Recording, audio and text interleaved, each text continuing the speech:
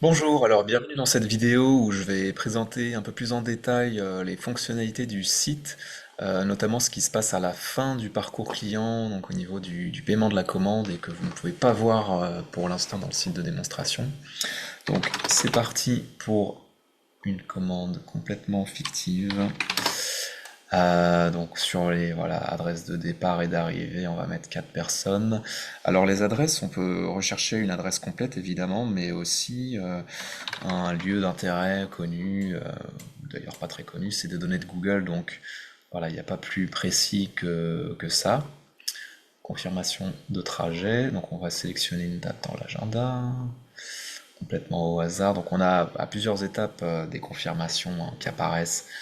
Calcul du prix qui est un peu au hasard, hein, j'ai mis des données de test, donc tout ça c'est ajustable, j'y reviendrai. Au niveau des fonctionnalités, je précise qu'on peut en ajouter de nouvelles, bien évidemment.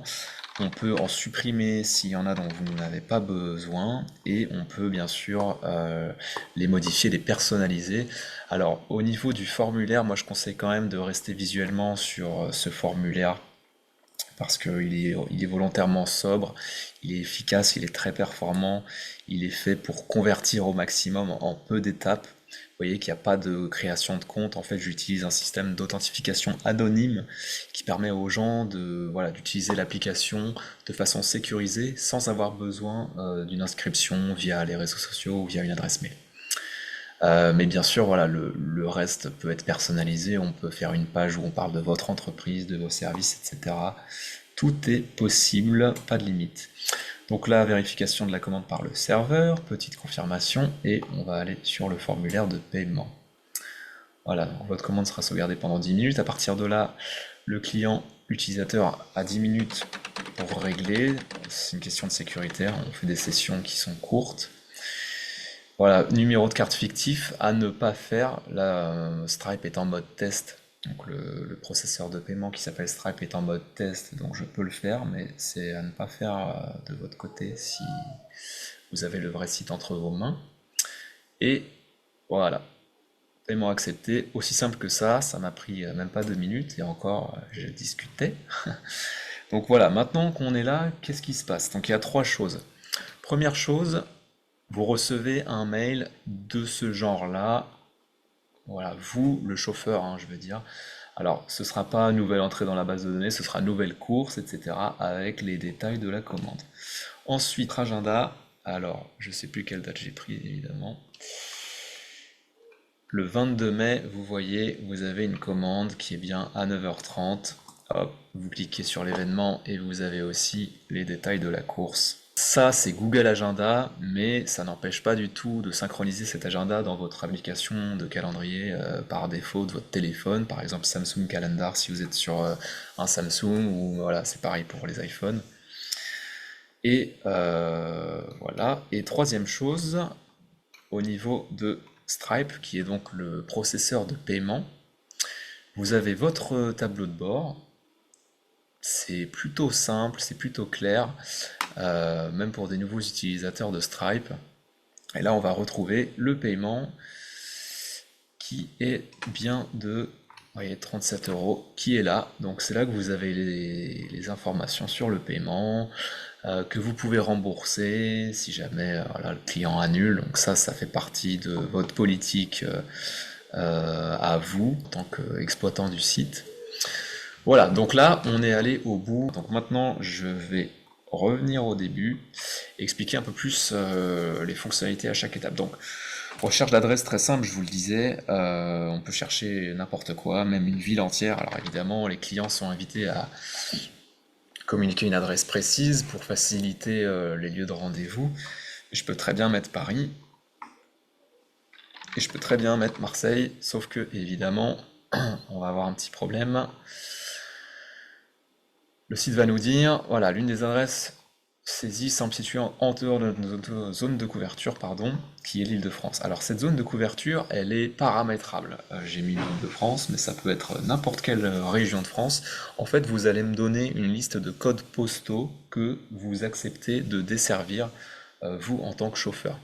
Ça peut être des codes postaux à 2 chiffres pour être à l'échelle d'un département entier. Par exemple, 75, ça veut dire que vous couvrez tout Paris. Ça peut aussi être un code postal d'une ville précise, par exemple 78 000, donc format à 5 chiffres, 78 000 pour Versailles. Et bien évidemment, vous pouvez fournir plusieurs codes postaux. L'idée, c'est par exemple, si vous voulez desservir toute l'île de France, bah, vous me fournirez comme code postaux 75, 78, 77, 95 et j'en passe. Voilà, donc ça c'est pour vous permettre d'avoir une zone géographique qui est définie. C'est quand même l'idéal. Vu qu'on accepte un paiement en ligne, on est obligé de restreindre un peu les possibilités de réservation. Parce que les gens vont payer, si la réservation vous pouvez pas l'honorer, vous êtes obligé de rembourser, bon c'est pas très grave, mais on essaie quand même de filtrer au maximum dès le début de la commande. Pareil, on a une restriction sur la longueur des trajets. Là, on a un trajet de 8 heures, clairement, ça ne passe pas. Alors, vu qu'on dessert l'île de France, il faudrait que j'essaie de faire un trajet très long, par exemple de Mantes-la-Jolie à Disneyland. Alors, si ça se trouve, ça passe. Je sais plus ce que j'ai mis comme distance maximum. Ouais, ça passe, 110 km. Mais bon, on peut très bien définir que si vous voulez pas que les courses dépassent 100 km, et ben là, on aurait un message qui dirait, voilà, nous n'acceptons pas les courses de plus de 100 km, veuillez modifier votre adresse, etc. Pareil pour la durée, on peut restreindre les courses par durée. On peut aussi tout laisser open, avoir des gens qui réservent partout en France, voire même dans les pays transfrontaliers, enfin proches de la frontière. Mais après, bon, c'est à vous de voir comment vous voulez gérer les réservations. S'il y a paiement en ligne, il vaut mieux restreindre au maximum. Après, j'ai eu des personnes qui m'ont demandé de ne pas avoir de paiement en ligne, simplement recevoir un mail avec les informations de la commande et ensuite gérer eux-mêmes en tant que chauffeurs ce qu'ils font de la commande, quel tarif ils proposent, c'est possible aussi. Là, je vous montre la version minimale que j'ai développée, mais encore une fois, tout est adaptable. Alors au niveau du calendrier, donc là on est dans une configuration où on n'aurait qu'un seul véhicule. Mais on peut très bien imaginer que ce calendrier, si vous avez 3 véhicules, eh bien toutes les réservations retombent dedans et les clients peuvent choisir parmi plusieurs types de véhicules. Donc je vais faire une course, alors pour vous montrer, voilà, une course déjà réservée, ce que ça donne, elle est là. Et ce qui est bien, c'est qu'il y a une marge, vous voyez, je ne peux pas réserver mon trajet juste à la fin d'une réservation qui est déjà posée. C'est pour prendre en compte le temps, voilà, qui peut se rajouter à la fin de la course si ça a pris plus de temps que prévu. C'est une petite marge de sécurité en fait pour pas que vous couriez entre deux réservations. C'est le temps de rentrer aussi à votre base, etc. Donc ça, c'est une marge, je vous en dirai plus voilà, si on échange entre nous, mais elle correspond à la moitié de la durée de l'événement. C'est-à-dire que là, j'ai un événement 12h45, 10h45, 12h45, ça fait 2 heures. C'est-à-dire que j'ai une marge d'1 heure à la fin de l'événement. Je pourrais réserver qu'à partir de 13h30, théoriquement. 13h45. Voilà. D'ailleurs, je vais revenir sur l'agenda pour vous montrer un peu comment marche voilà, le principe des heures de travail. Vous voyez que là, j'ai défini un agenda qui démarre à 7 heures et qui s'arrête à 23 heures, 22h45. Ça veut dire que les clients ne peuvent pas poser de réservation après 22h45 ou avant 7 heures. Donc ça, c'est ce que j'appelle les heures de travail. Elles peuvent varier, ça c'est que des exemples, encore une fois. Si vous travaillez la nuit, on peut mettre des heures de nuit, c'est pas un souci. Elles peuvent varier selon chaque jour de la semaine. Vous pouvez très bien avoir des heures différentes le samedi, du mardi, du jeudi, voilà, tout est possible. Donc ça c'est un premier système pour vous éviter de prendre des réservations que vous ne pouvez pas honorer, encore une fois. Maintenant, il y a un autre système si vous avez des indisponibilités.